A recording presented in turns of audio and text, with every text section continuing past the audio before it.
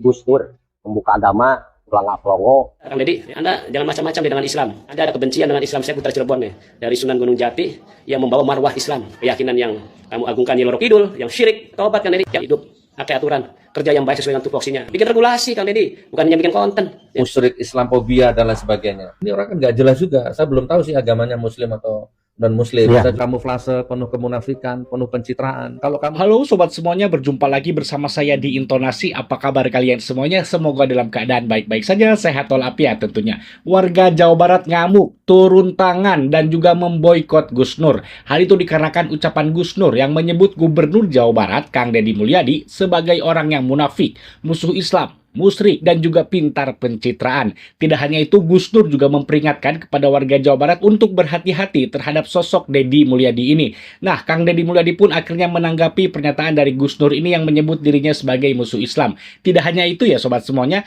ada juga seorang aki-aki yang mengatakan bahwasanya Kang Deddy Mulyadi ini telah melakukan syirik. Bahkan aki-aki tersebut meminta Kang Deddy Mulyadi untuk segera bertobat. Entah dari mana aki-aki ini munculnya ya, tiba-tiba langsung saja menyerang Kang Deddy Mulyadi dengan isu agama. Untuk informasi selengkapnya, mari kita simak sama-sama videonya. Saya ingatkan pada saudara, jangan sombong ya. Anda udah sombong nih Kang Deddy ya, dengan main konten-kontennya kasar ya. Jadi jangan macam-macam lah. Hidup pakai aturan, kerja yang baik sesuai dengan tupoksinya. Bikin regulasi Kang Deddy, bukan hanya bikin konten ya.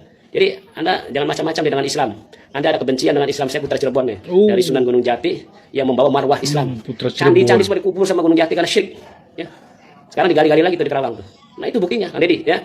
Pergantian peradaban kepada yang lebih baik, yang hak. Ya, orang-orang Eropa aja pada masuk Islam. Kok sekarang kamu mengagung-agungkan Sunda Wiwitan, keyakinan yang kamu agungkan Nyi Roro Kidul, yang syirik, taubat Kang Deddy. Jangan sampai Allah kirim lagi bencana yang lebih besar pada kaum Jawa Barat karena pemimpin seperti Anda yang benci sama Islam. Anda ada kebencian sama ajaran Islam, sama agama kita. Nanti kayak Kemal Atatürk kali, aja diganti lagi.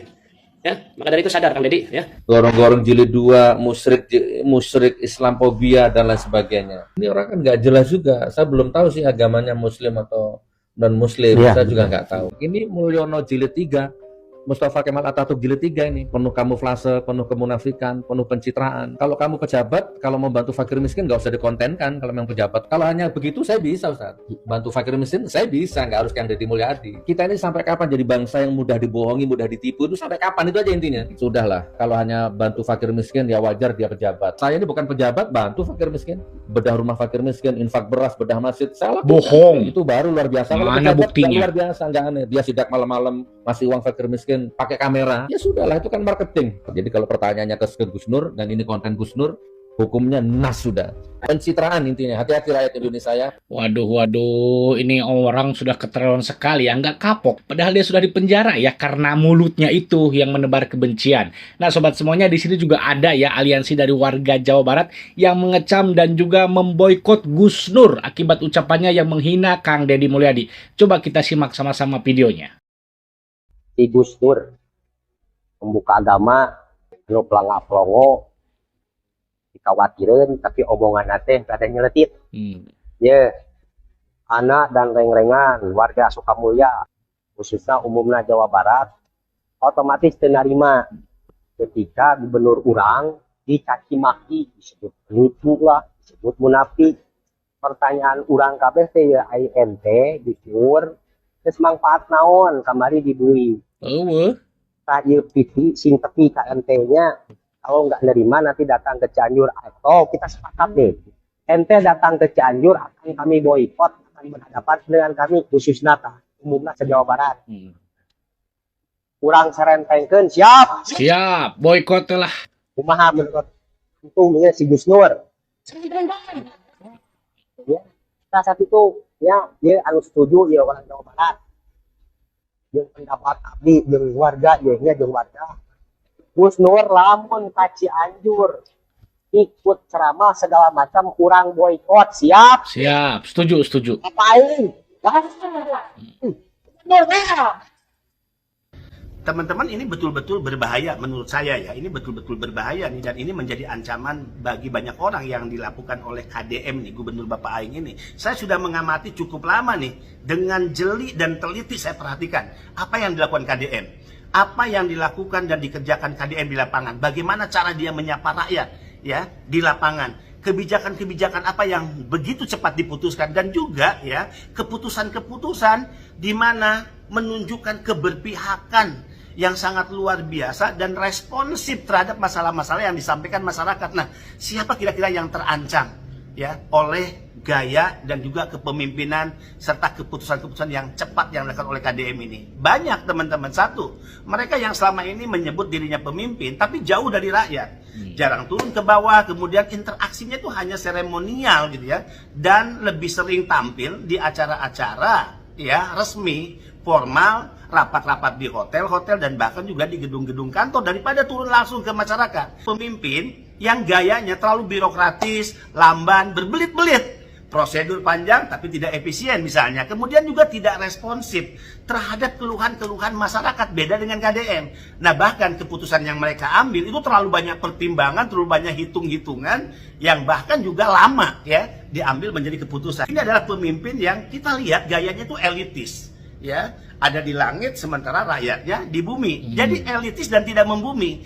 Nah, bahasa komunikasi mereka tuh terlalu tinggi, formal, sulit dipahami oleh masyarakat kalangan bawah. Gaya hidup yaitu terlihat jauh dari realitas rakyat dan tidak memahami kultur lokal, yang tidak konsisten, hanya omong doang. Misalnya banyak janji saat kampanye tapi tidak dibuktikan di lapangan saat memimpin. Minim realisasi setelah menjabat dan tidak ada evaluasi diri ya pemimpin ya, tapi anti kritik dan alergi terhadap masukan.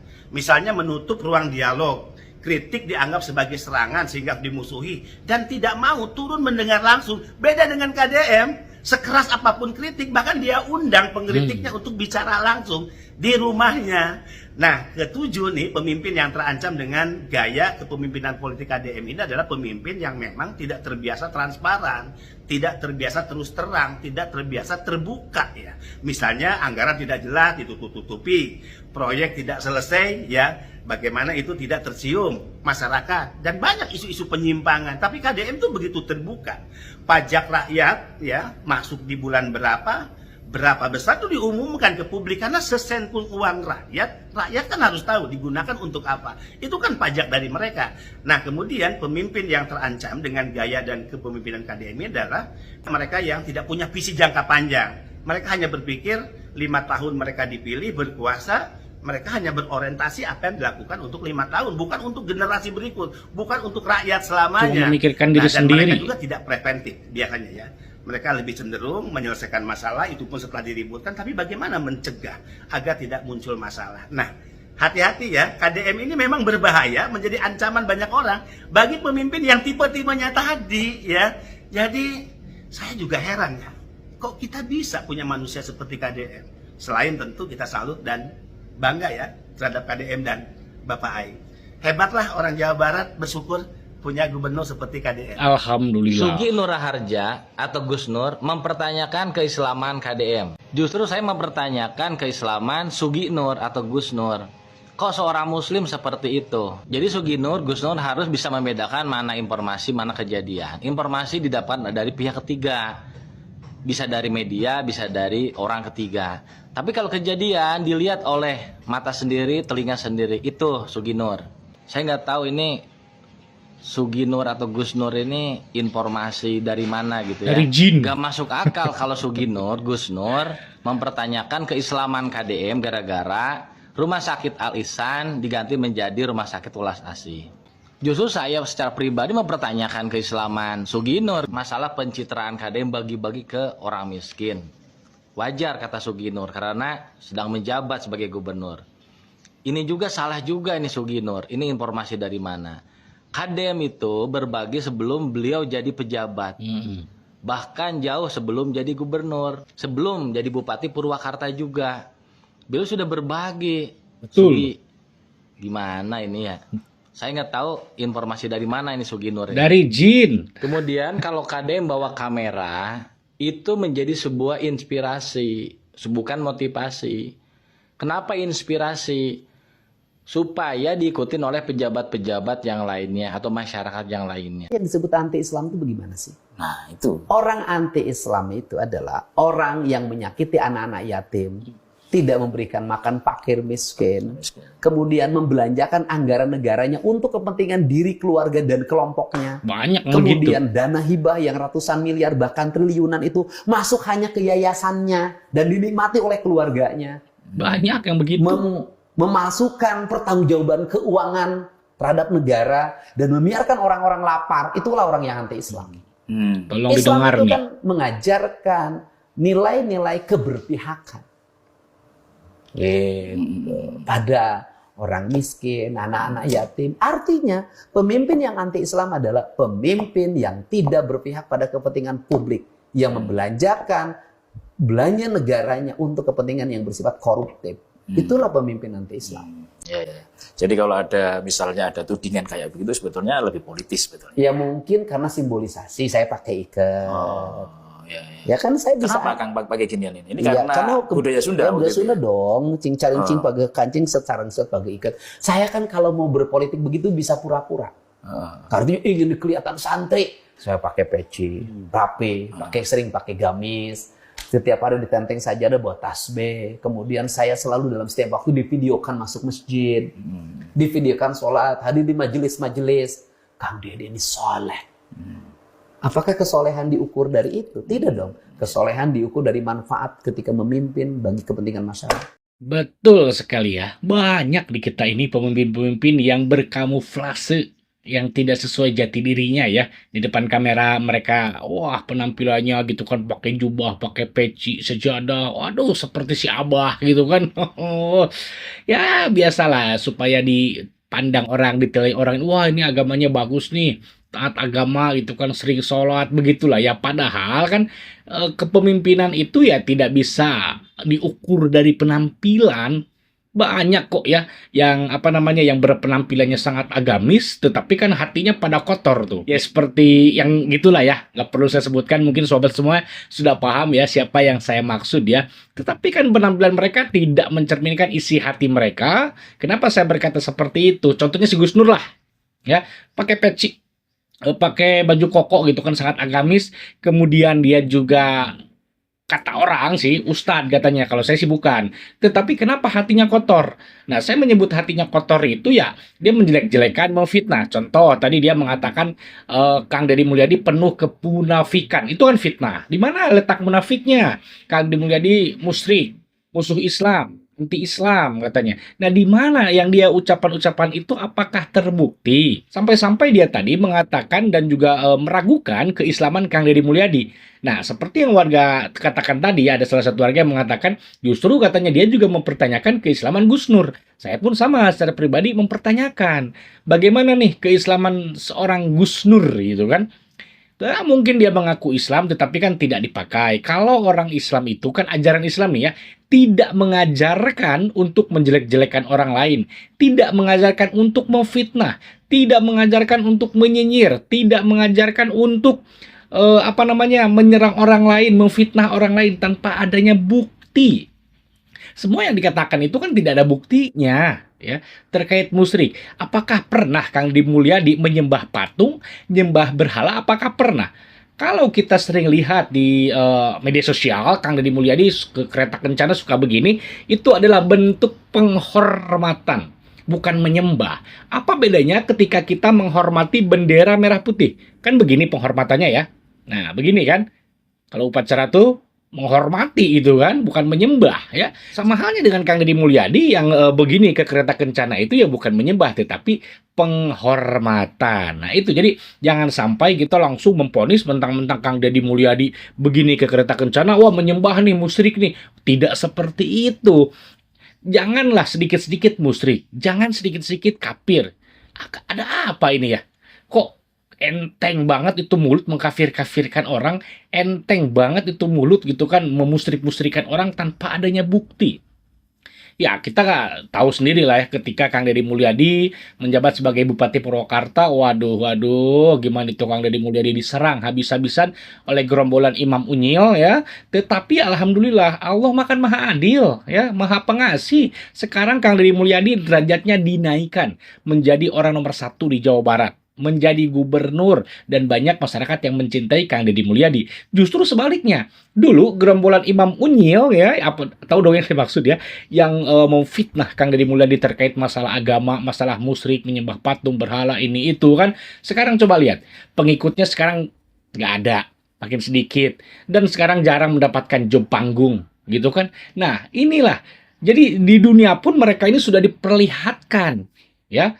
Dan mungkin mereka ini nanti akan muncul lagi ketika ada pemilu ya. Biasalah gitu kan, dijadikan alat ya untuk apa namanya? Kampanye ya. Nah, jadi menurut saya memang perkataan Gus Nur ini ya fitnah. Tidak ada benarnya ya. Fitnah ini. Yang munafik itu yang mana gitu kan. Orang munafik itu berpenampilan ya seperti si Gus Nur ini, tetapi hatinya kotor ya. Ya nggak apa-apa video ini sampai juga kan, karena saya ngomong apa adanya gitu kan. Jadi malulah sama titel yang kata orang itu, dia itu katanya seorang ustadz ya. Malu dong sama penampilan ya. Tetapi perkataannya itu selalu saja menebar kebencian. Jadi hati-hatilah mulutmu harimaumu. Si Gus Dur juga kan pernah dipenjara sampai 2 kali. Akibat apa? Yaitu penebar kebencian pada era Pak Jokowi ya kalau nggak salah. Nah, jadi dari kejadian tersebut si Gus Dur ini kok nggak belajar bahwa dalam berucap itu ada aturannya ya. Jangan sampai memfitnah. Kalau mengkritik, misalkan si Gus Dur mengkritik Kang Deddy Mulyadi terkait kebijakan-kebijakannya yang tidak pro terhadap rakyat, ya tinggal dikritik. Itu risiko pejabat. KDM harus menerima dikritik oleh siapapun. Tetapi ya kritik juga kan kita sebagai masyarakat mengkritiknya yang memang ada kebijakan, ada peraturan yang tidak berpihak kepada rakyat. Misalnya vasektomi kan. Saya pun ikut mengkritik kebijakan itu karena ya menurut saya vasektomi itu melanggar aturan gitu kan, aturan agama maksudnya kan, seperti itu. Nah, jadi kita ya wajiblah mengkritik mah gitu kan. Tetapi kalau untuk menghina, memfitnah kan nggak boleh. Agama melarang memfitnah ya. Jadi ya saya rasa ucapan Gus Nur ini ya salah menurut saya. Nggak bisa dibenarkan ya. Sampai dia tadi hati-hati warga Jawa Barat, hati-hati masyarakat Indonesia katanya ya, apa namanya, terhadap sosok Kang Deddy Mulyadi ini. Dan kemudian tidak hanya si Gus Nur, ada juga tuh aki-aki yang mengaku dari Cirebon ya. Dia katanya membawa marwah Islam. Aduh, ngeri sekali omongannya ya. Tetapi dia malah kok penuh dengan kebencian terhadap Kang Deddy Mulyadi. Kang Deddy Mulyadi suruh tobat katanya. Kang Deddy Mulyadi ini punya kebencian terhadap Islam katanya, seperti itu. Nah, ini kok si aki-aki berkata seperti itu, tahu dari mana dia? Saya berani yakin si aki-aki itu Gus Nur dengan Kang Deddy Mulyadi masalah keimanan dan juga keislamannya. Ya, karena orang yang beragama, orang yang punya iman tidak akan menyombongkan diri, tidak akan menghina orang lain, tidak akan menuduh orang lain dengan tuduhan-tuduhan musyrik lah, kafir lah. Nah, tetapi ini kok aki-aki. Entah dari mana ini kok tiba-tiba muncul gitu kan. Penuh kebencian apa gitu kan. Dan menurut saya masalah isu agama ini ya, terus saja itu menurut saya serangan-serangan terkait agama dengan Kang Deddy Mulyadi ini memang dinilai ya itu paling jitu untuk menyerang Kang Deddy Mulyadi, karena kan dari segi manapun Kang Deddy Mulyadi sulit untuk diserang gitu kan, untuk dijelek-jelekan. Ya itu dari segi agama ya terus saja tuh digoreng untuk menyerang, menjelek-jelekan Kang Deddy Mulyadi. Tetapi ya saya rasa sekarang masyarakat Jawa Barat dan juga seluruh masyarakat Indonesia sudah cerdas lah. Sudah paham-paham, sudah tahu mana orang yang benar-benar munafik, mana orang yang benar-benar ya mencintai rakyat, bekerja sesuai jabatannya gitu kan. Gak bisa dibodoh-bodohin dengan seperti yang dilakukan oleh Imam Unyil dulu. Dulu berbeda. Sekarang mah ya, tadi juga kan baru si Gus Dur ngomong begitu, ada tuh masyarakat dari mana tadi ya, Jawa Barat, yang menantang gitu kan, untuk memboikot si Gus Nur ini karena ucapannya ya benar. Saya pun sebagai warga Jawa Barat, orang Sunda ya tidak menerima gitu kan dengan ucapan Gus Nur ini. Makanya saya membuat konten seperti ini ya untuk menyuarakan unek-unek dan menyampaikan pemikiran saya, tanggapan saya terkait ucapan Gus Nur yang menurut saya ini tidak benar dan ini malah mengadu domba, bukan mengadu domba apa sih? Ya mengadu domba juga iya, kemudian menebar kebencian juga ini perkataan ini ya. enak banget ya. Dia langsung ngomong ini itu ya musyrik. Aduh, ucapannya itu tidak dijaga ini. Ngaku ustadz ya. Tapi kok begini? Masuk penjara 2 kali karena ucapannya itu. Residivis dong dia ini ya. Iya bener ya, kalau di ilmu hukum udah 2 kali masuk penjara itu residivis ya. Ya walaupun kemarin tuh ada di salah satu televisi nasional, Gus Nur itu ngamuk ya. Nggak terima disebut residivis. Kok nggak nerima? Memang kenyataannya residivis kok. Kenapa nggak menerima gitu kan? Baru dikatain begitu aja nggak nerima. Apalagi Kang Deddy Mulyadi dituduh musyrik, dituduh ini. Masya Allah. Nah, sobat semuanya bagaimana menurut sobat semuanya ya terkait masalah si Gus Nur ini yang diboikot oleh masyarakat Jawa Barat? Jika punya pendapat silahkan tulis di kolom komentar. Jika suka dengan video ini silahkan tekan tanda like dan juga klik tombol subscribe-nya. Terima kasih sudah menonton, semoga sehat selalu dan sampai jumpa lagi di video selanjutnya. Assalamualaikum warahmatullahi wabarakatuh.